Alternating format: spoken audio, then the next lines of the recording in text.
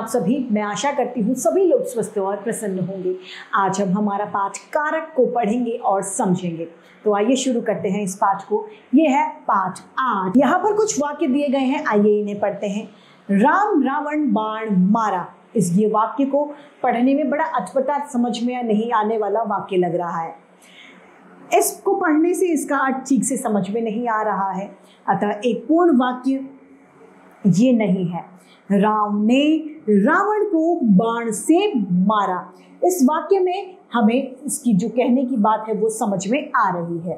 यानी ये जो रंगीन शब्दों में हमें ने, को और से दिया गया है, ये कारक के चिन्ह हैं, जिनसे शब्दों में अर्थ समझ आ रहा है और जिनसे ये वाक्य पूरा हो रहा है।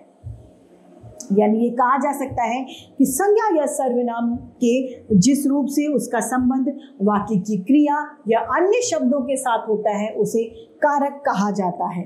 कारक के चिन्ह को परसर्ग या विभक्ति चिन्ह कहा जाता है। हर एक कारक का अपना एक निश्चित चिन्ह होता है। कर्ता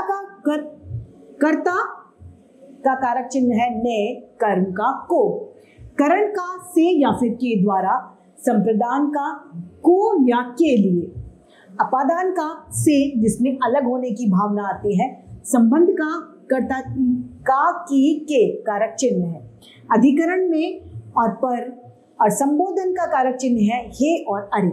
इसे हम इस तरीके से याद कर सकते हैं। कर्ता ने कर्म को करण से, संप्रदान के लिए अपादान से, संबंध का के की, अधिकरण में संबोधन हे।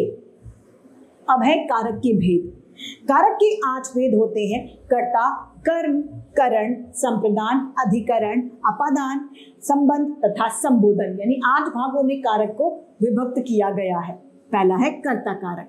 कर्ता का अर्थ होता है करने वाला, जो कार्य कर रहा है वो कर्ता है। शब्द का वह रूप जिससे क्रिया करने वाले का पता चलता है कर्ता कहलाता है। प्रीति आम खा रही है, श्याम नहा रहा है, इसका उदाहरण है।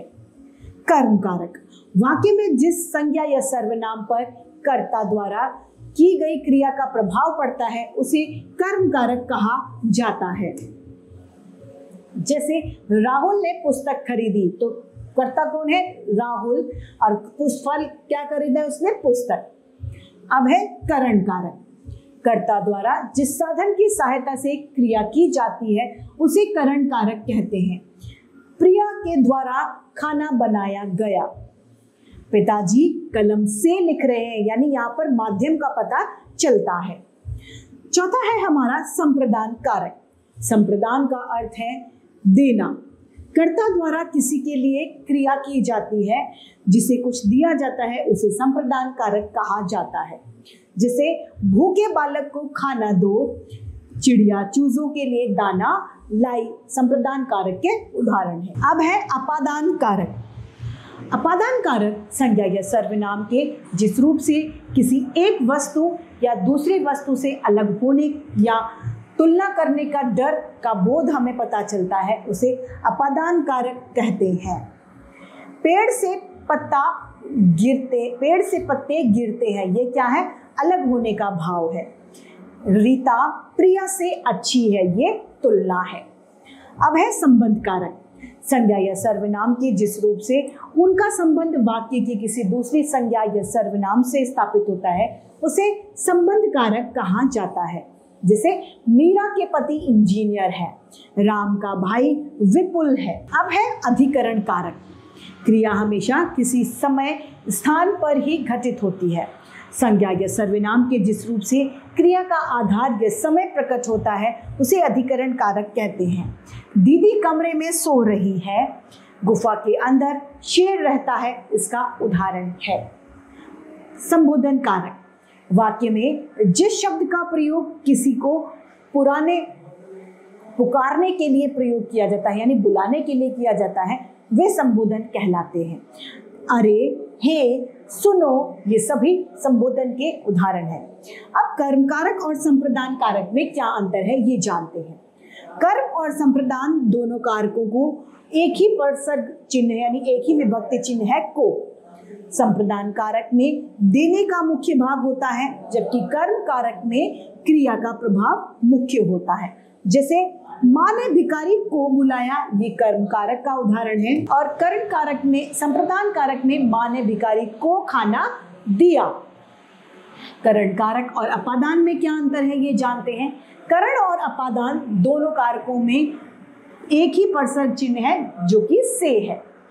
जहां साधन के अर्थ में से का प्रयोग होता है वहां करण कारक होता है, और जहां अलग होने का भाव होता है वहां पर अपादान होता है। वह कलम से लिखती है, यानी यहाँ पर माध्यम है, और बिल्ली छत से कूदती है, ये छत से अलग होने का भाव है। तो इसी के साथ ये कारक समाप्त होता है। आइए इसे संक्षेप में दोहरा ले। संज्ञा या सर्वनाम के जिस रूप से उसका संबंध वाक्य की क्रिया या अन्य पदों के साथ प्रकट होती है उन्हें कारक कहा जाता है। जो शब्द कर्ता के लिए प्रयुक्त होते हैं वे कारक चिन्ह कहलाते। जो शब्द कर्ता या क्रिया से संबंध प्रकट करते हैं वे कारक कहलाते हैं। कारक चिन्ह को परसर्ग या विभक्ति भी कहा जाता है।